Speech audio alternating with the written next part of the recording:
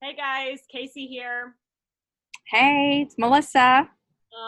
We're jumping on a podcast real quick. It's December 20th, and we're going to record a podcast, kind of do a year in review of CRE Chat since this was the first year for our podcast.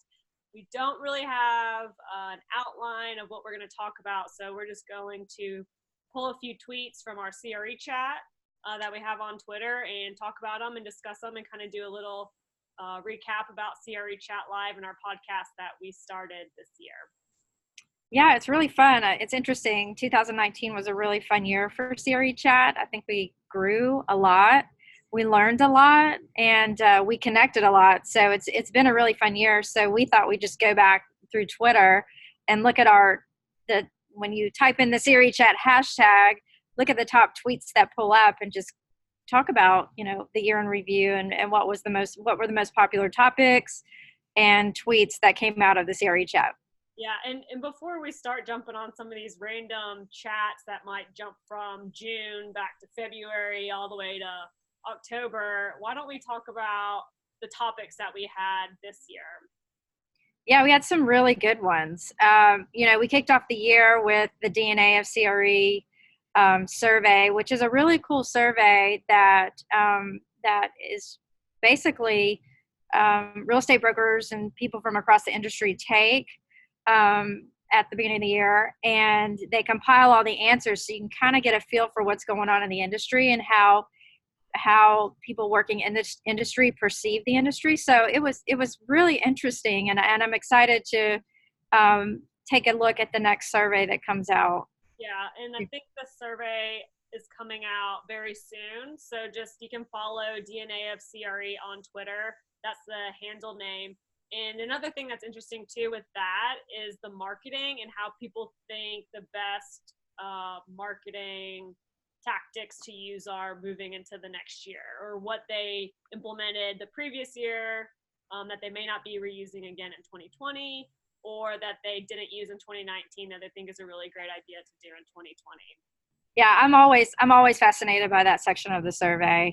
And then I'm also fascinated by what people say they think they're going to make in the coming year, like what they expect their, what they'll bring in business wise. So it is a fascinating survey. So we encourage everybody to participate and give your honest input into that. And then in February, we had Robert Thornburg, who was the SIR Global president. He was just phenomenal. Don't you think, Casey? So fun in February. What was the topic that we covered that month? So I had to like write it down because it was goal setting and kind of honing your CRE strategies for the year. And he is just incredible. It was a really good one to kick off the year. It really motivated me to better my business and to put some things into practice that maybe I wasn't doing. So that was a great one. I think that might be a good topic to do again, just because everybody kind of needs a new reset in January or February just to get the 2020 kicked off and rolling. Yeah, I agree. I mean, there are several chats that I would say would be great to have on annual basis, kind of like the March one that we do for, women in CRE and International Women's Day. Yeah, like that this 2019 was our second, or I think our second year to do Yeah, the International Women's Day again in March. yeah, and we had Barbie Reuter from PCOR, which is a Cushman Alliance out of Arizona, and she's always been my mentor, my idol, one of the Twitter originals. So she just had some really good thoughts around women in CRE and how we can kind of uh, you know, grow our business, um, grow into new roles in the business, and promote more women in the business. So it was a really great topic, and I always love that one. That March one will never change. It's probably always going to be that first week in March because International Women's Day is on March 8th. So mark your calendars because that's when we know the March CRE chat is going to happen, is right around that date. Yeah. And then also another fun one that was really exciting for me, and I think a lot of people learned a lot on, was Kathleen Diamond with JLL in Chicago, and we covered millennials in May. So that one was really fun. She just knew so much about millennials and that generation, how it's changing, how it has changed, how businesses work. Yeah, that girl knew her stuff, man. Kathleen, she was great. And that was one of our first podcasts that we did with a guest. So the podcast was fascinating. It was so fun. And I remember being so nervous to record that one, but just got kind of caught up in it. And what we were basically recapping the chat from that month, but she brought so much more to the table during the podcast. So if you haven't listened to that one, you should go back, and go back and listen to the Millennials and CRE podcast. Yeah, and then kind of at the end of May, we started getting into June, July. Yeah. Hello, was it busy? Is this a summertime slump? Is it going to continue? So you and I hosted the summertime slump chat in June or July, and that one was really interesting and really fun because was it Mike Cobb? I can't remember who brought it up. They said it's the same thing every year. Like, is this the trend that's going to continue for the rest of the year, or is it just because of summer? Yeah, and it's so true because I was feeling that slump during the summer, so it really made me feel like I wasn't the only one out there feeling a little bit slow. And then, sure enough, when the fall hit, my business picked up, and it's been crazy ever since. And now that it's December 20th, it's a little bit slow today. It'll get slow through the holidays, and then we'll pick back up. And again, January is a new year. But that topic was a really fun one. Yeah, and then come August, when all the deals start coming back to life and ramping back up again, we talked about personal branding with Atypical. So Sarah Malcolm joined us with Atypical to talk about personal branding, something I know that we all are very familiar with, being online and interacting with each other. So that was, they're all fun. Every time we have a CRE chat, we say this is the best one yet, but they're all the best and have so much information. With you guys participating and having our guest hosts, it's a lot of fun and a lot of new knowledge being shared each chat. Yeah, that's something you bring up, Casey, about the audience or the CRE chat participants. It really wouldn't be, we're basically the ones facilitating, but it's really the audience who's contributing and our guests. So CRE chat wouldn't be what it is without you guys out there on Twitter participating and joining in. Yeah, and personal branding, I guess we knew a lot, we learned a lot as well, but something I think that was new to a lot of us was the healthcare real estate with Jill Rasmussen. Yeah, healthcare real estate, that's not really my specialty. I do industrial. So it was definitely an eye opener for sure. How things are changing there, the trends, suburbans and suburban areas, retail. Yeah, a lot going on with healthcare and retail. Yeah, definitely. That was fascinating for me. And then just this specialized kind of real estate. You almost have to specialize in healthcare real estate to practice it. There are just so many things required. Parking ratios are higher.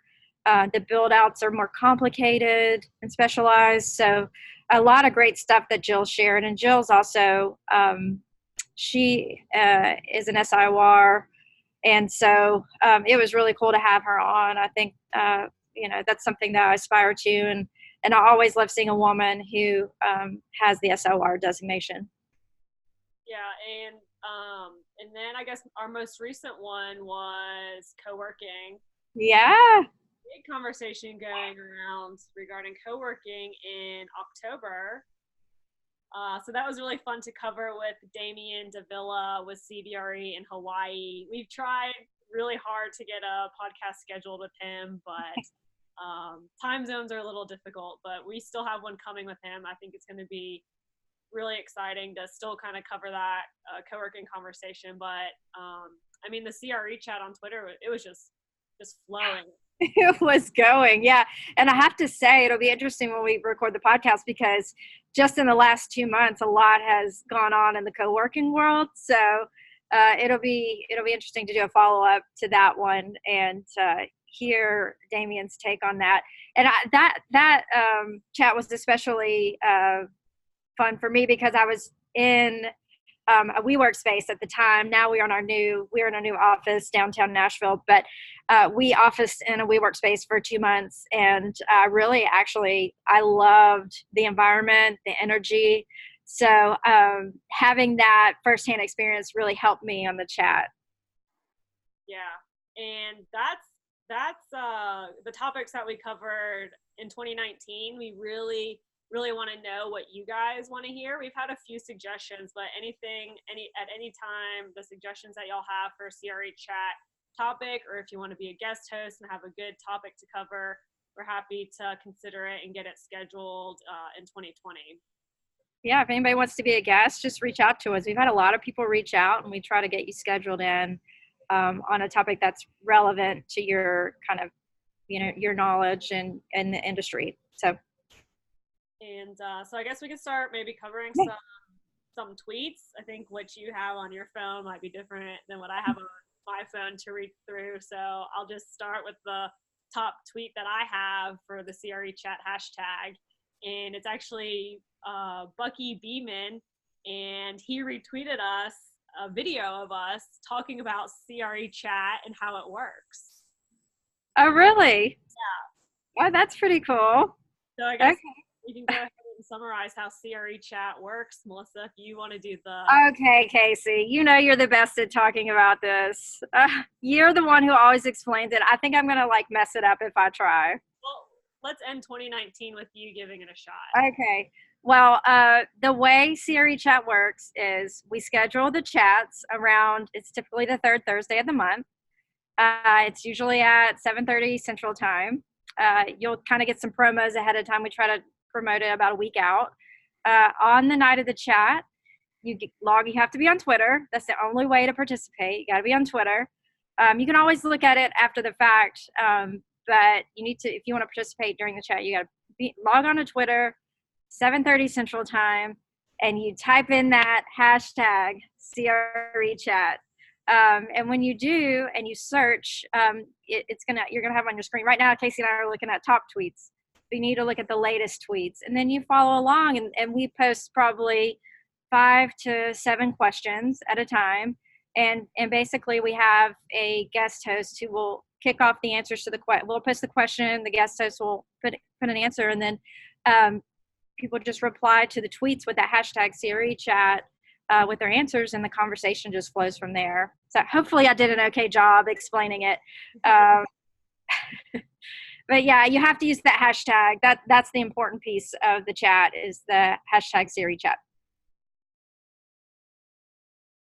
So it's interesting because my top CRE chat tweet was question 7 from our last chat. What will co-working look like in the future, and is it here to stay? And that was with Damien Davila.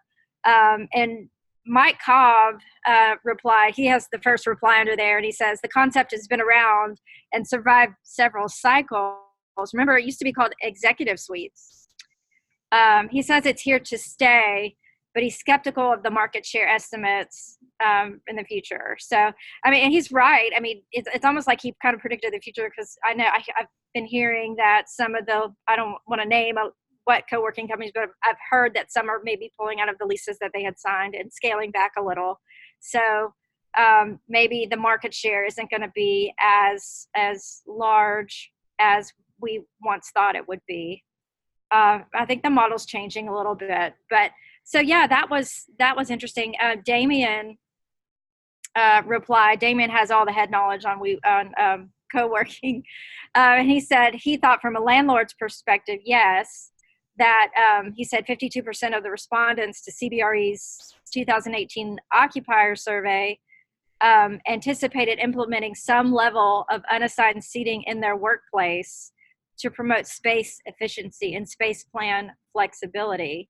So I would think that the respondents were probably business owners who were thinking along the lines of, maybe we don't have set workstations, maybe we have people that can, the concept hoteling, come in and just pick a spot for the day, put your laptop down and work there for the day. Or you can work remotely somewhere else. But that flexibility, also that flexibility with your coworkers gives you flexibility in your workspace. So yeah, that was interesting. Very interesting. Um, New top tweet on millennials was a question too that Dan Drotos out of Florida. I believe he's with Colliers now. When asked, what are some of the misconceptions about millennials in the workforce, just in general, he said that misconception is that millennials don't have social skills or would prefer electronic communication over face-to-face or phone interactions. Interesting. And it's funny because somebody kept communicating with me through email and through text Yeah. message, and I was like, please pick up your phone. I want to talk to you in person. I don't want to be doing all this back and forth, back and forth. I was just so anxious to get this person on the phone to solve an issue or schedule a tour or whatever the topic was. I was just so anxious to get that phone call. Who's that? That's Andrew. Andrew and I, Andrew works with me. He's part of our corporate real estate department. He also does a lot of office, tenant rep and leasing. And we are recording a podcast right now for CRE Chat. He says, hey, Andrew and I just happened, he's a big Twitter follower of ours. And he yesterday came to my desk and he said, Melissa, Mike Bloomberg is like 2 blocks from here. I just saw it on Twitter and I said, okay, let's go see him. So we walked down the street and sure enough, there he was. And his staff was kind enough to let us chat with him for a second and shake his hand. So that was really cool. That's one thing. If you're not on Twitter, you know, we always say you don't exist. I mean, I literally think you're missing out on things if you're not on Twitter. So sorry, random side note. That was Andrew. Yeah, I saw that on Twitter. That was really fun and funny. I saw you saw he was on Twitter going to try to find him, and then the next thing that come to it's you shaking his hand and having a conversation with them. Yeah, we didn't really know exactly if we were going to be able to see him, but that was pretty neat. And then we made connections with his campaign manager, and actually they just opened up an office here, so there's a real estate component there. There's always a real estate component to things if you look for it. So yeah, pretty cool. Back to the phone calls though. I know I think I use all forms of communication, but there's nothing that to me that beats an old-fashioned phone call. So when I try and contact a broker, maybe they don't pick up the phone. That's probably one of the most frustrating things to me. I know right now I'm trying to wrap up a survey and a lot of people are out, so I don't expect I'll hear back. But I called a broker today and he picked up the phone immediately, and I was so grateful because there was some information I needed for a client. I was grateful that I don't have to send an email or wait for that information, that I could get it right then and there. Yeah. Another one too that I just came across that we didn't really bring up earlier was when Tony Wilbert covered us back in March for a CoStar article, and I think your face and my face popped up huge on people's CoStar homepage. I have people in the office like, what are you doing on my CoStar homepage? That was my next one as well. My next top tweet was that one because that was a pretty important topic about women in CRE. I mean, the headline for the article was brokerage firms must open the hiring process to attract more women. And we talk a lot about that, especially around International Women's Day, how brokerage firms should, when there are a lot of women in commercial real estate, but there are not a women who are brokers in commercial real estate. Because the way you get a brokerage position is typically word of mouth. And it's sought out, and it's somewhat under the radar. It's who you know and who you're networked with. And sometimes people forget to think outside of, I don't know, kind of their scope of, people and people who look like them, and try to seek people who maybe will add a different perspective to their team. So it was a really timely article, and we were excited that Tony reached out to us for that. It was really fun.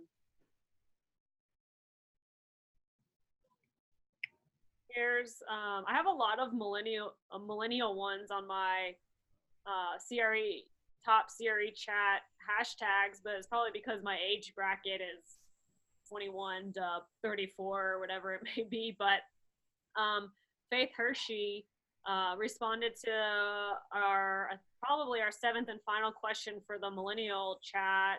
How can we bridge the gap between millennials and other generations currently working in the industry? And Faith responded, more opportunities like CRE chat to get us all talking to each other regardless of the sector. Maybe a reoccurring roundtable or seminar. I love our monthly CRE marketing calls, but wish there was even more.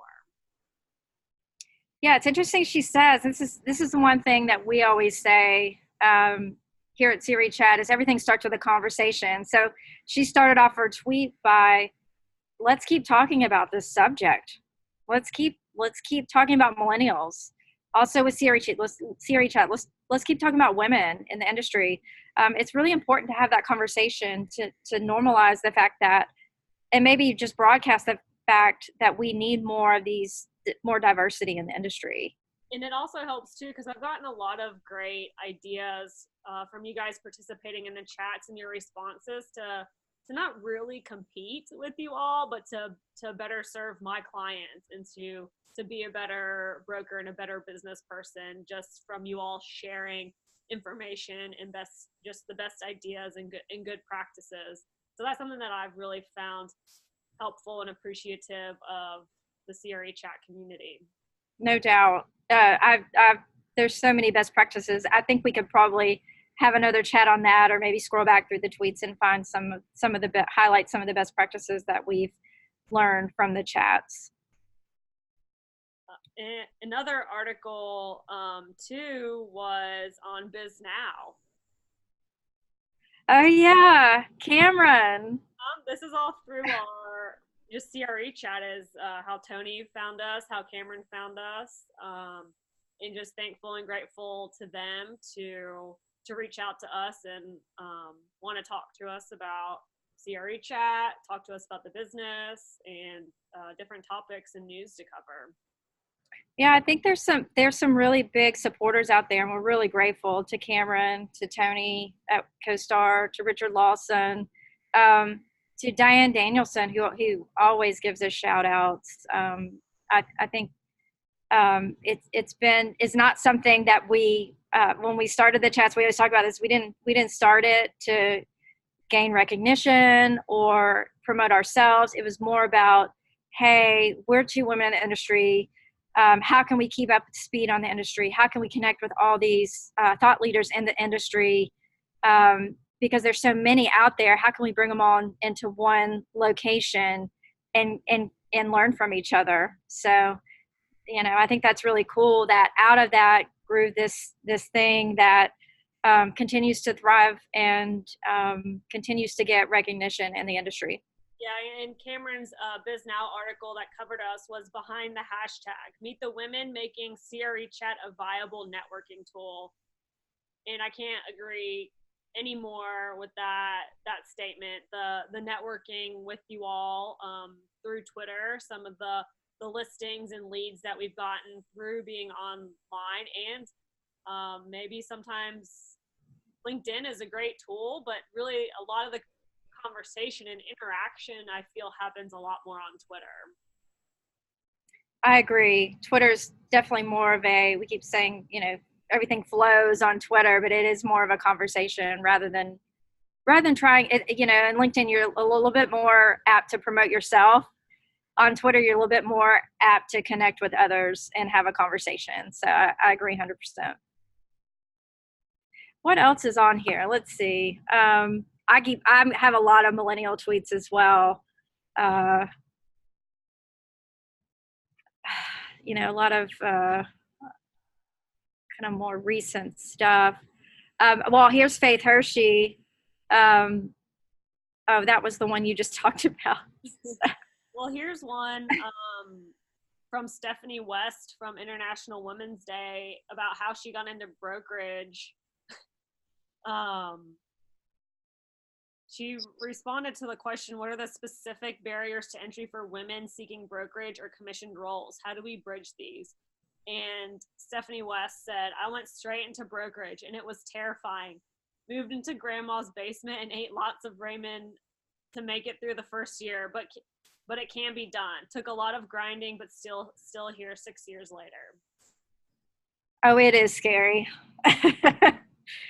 I'm glad that somebody will admit it and say it, because I mean, going into brokerage, especially in the beginning, is it's nerve wracking. It's one of those businesses that takes a lot of time to build your pipeline and to see results, and you kind of have to hang in there. So the great thing about her saying that is that other women can see that, and just other brokerage professionals can see that and know that, hey, I'm not the only one, that I may be struggling here a little bit. It's a tough industry to learn, and you learn by doing. We talk about that all the time. There's no handbook, there's no textbook. It takes a certain skill set, a certain broad skill set. Um, so yeah, it is pretty scary, especially when you're earning commission only. Yeah. It's fun though. It's fun. Yeah, definitely fun. Never a dull moment. For a dull moment. Never the same day. Mm-mm. There isn't. I've actually had somebody in our accounting group and maybe one other, but definitely most recently, somebody in our accounting asked if they could spend a day with me. And I said, all right, are you up for anything? And she said, yeah. And I said, great, because we don't know what the day's going to bring us. I love it, Casey. That's great. Yeah, it's so true too. I wake up in the morning and I don't know, what I mean, I kind of know what I'm going to be doing that day, but I could get a phone call and it could all change. So it's always it keeps you on your toes, but it's definitely never boring. That's for sure. Right. Here's one from our February chat with Robert that's popped almost a year ago. Katie Dolan with Cushman in Portland, when she answered our question, what steps are you taking to sharpen your commercial real estate skills and knowledge? She says that she starts her day by reading to stay up to date on the market and take advantage of continuing education opportunities. That's a good one. There's a lot of, you really the market, markets change so quickly. You do have to make sure you subscribe to the different news outlets and you seek out knowledge. Our one of our themes is ABL, which is always be learning. That's right. So she's dead on there for sure, and that's one of the ways to be successful in this business is to know your stuff. I think it's been 25 minutes, Casey. So yeah. So this was really fun to do. I think this is something that maybe we could do several times throughout the year. Maybe we just have a recap every December. I've really enjoyed this podcast, and I can't wait to go back and watch it. And I hope I appreciate those who've stuck with us throughout the podcast. And like Casey said, if anybody has an idea or thought around a new topic that we haven't covered, we'd love to hear your thoughts. Yeah, and thank you guys for bearing with us through these podcast videos and listening to us through your iPhone, through your desktop computer, on Spotify. We thank you for staying tuned in. Hopefully it's exciting and you learn something, especially it's a good recap if you can't make it on Twitter or don't have a Twitter to join us live for our CRE chats that are there. Yes. Everybody have a good Christmas, a good holiday, Happy New Year, and be sure to follow CRE Chat Live on Twitter so you can see when our next CRE Chat is going to happen. And that Twitter handle is at CRE Chat Live. You can follow me at MB Alexan, and you can follow Casey at Lan with 2 N's, Casey, CASEY on Twitter. All right, everybody. Take care. Till next time. All right. Bye. Bye.